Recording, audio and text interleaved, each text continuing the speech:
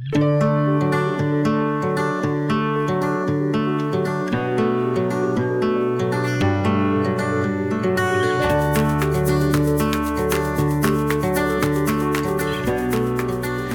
back. In this class, we're talking about the what, why, who, and how of boundaries in relationships. And Proverbs 4:23 says, "Keep and guard your heart with all vigilance." Be vigilant. Mm-hmm. Guard your heart above all, for out of it flow the springs of life. Guard your heart. In your heart is everything you treasure.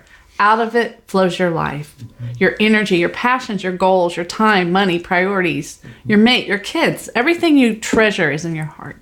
And the Bible says that it is important to steward who and what has access to our hearts or lives. As we learned in the last portion, boundaries help distinguish what is our responsibility so that we can take responsibility to care for and protect it. The goal of setting boundaries is to keep things and relationships that you want to protect in your life inside proper boundaries and keep things that will harm you and what you treasure outside. Let's say I'm a shepherd protecting my sheep. A fence is a boundary that keeps wolves, thieves, and predators off my property and away from the thing I treasure. If I don't have a boundary or a fence, they have easy access to invade my property. Yeah, Isaiah 10:13 says, "I have removed the boundaries of the people and have plundered their treasure." Here we see that when boundaries of territories are removed, treasures are stolen and lives are destroyed. In this passage, the king decided to invade the boundaries the people were protecting, so he was able to plunder their treasures.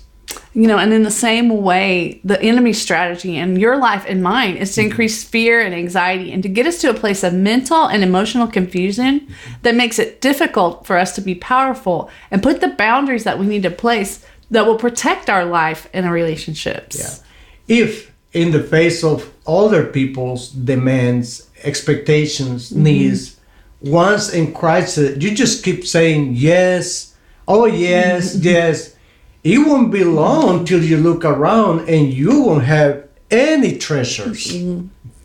One day you'll find that your goals, priorities, the things in relationships that you value are destroyed or gone. The things that you should have made a priority and set boundaries to protect. Your treasures like relationships, money, health, ministry will be in bad shape or gone because you didn't recognize and honor healthy boundaries by saying no. When you say yes to everyone or everything else, you're saying no to what's important to you. So, do you see why it's important to set proper boundaries? Now, let's talk about who do we need to set boundaries with. Well, before we think about others, we need to set healthy boundaries for ourselves. I mean, really, the only person we can control is ourselves. How much money can I spend on unnecessary things or give away to friends or family before I don't have enough to pay my rent, buy food for my family, or have gas to go to work? How much time can I spend on the phone or computer watching TV or hanging out with friends before it affects my relationship with my family, with God, and my work or at school? With our kids, we had a saying, do you have the freedom? Anytime they came to ask us if they could go out with friends or do something, we would ask them, do you have the freedom? It was something that we learned from Growing Kids God's Way to help our kids to learn to prioritize responsibilities and think about if they have taken care of important responsibilities before extracurricular activities. Yeah, we always knew when they were going to ask us if they could do something or go somewhere because all of a sudden the trash was getting taken out, the dishwasher was unloaded, clothes were folded and put away. The room was fixed. Yeah. Because they wanted to go somewhere and knew we were going to ask them, do you have the freedom? Yeah, so they would begin to prioritize and take care of those responsibilities first. And this applies to us as well. We ask ourselves and each other all the time, do I or do we have the freedom? Yes. If we want to watch TV, but we haven't taken care of responsibilities, then we don't have the freedom. Yeah. In every relationship, whether with a person or an organization, at work, church, or school, We need to establish healthy boundaries. And have consequences in place when boundaries are crossed. Yes, very important. No point having boundaries if there's no consequences for crossing them. Boundaries help you keep the good in and the bad out.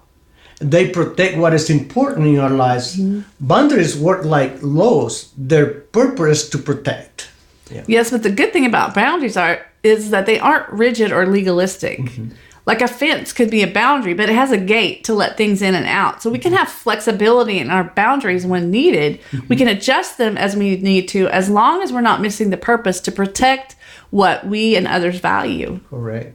Boundaries help you keep the good in and the bad out. They protect what is important in our lives. The inability to set appropriate boundaries at appropriate times with the appropriate people can be very destructive. This is not easy at all. One, because most of us weren't taught this, and we live with inappropriate boundaries for a long time, and they feel more normal than appropriate healthy boundaries.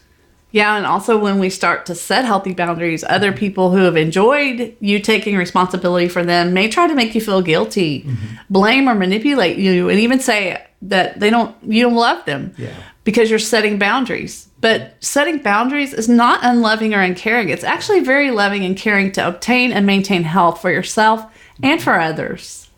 Limit or boundaries communicate the value of those closest to us.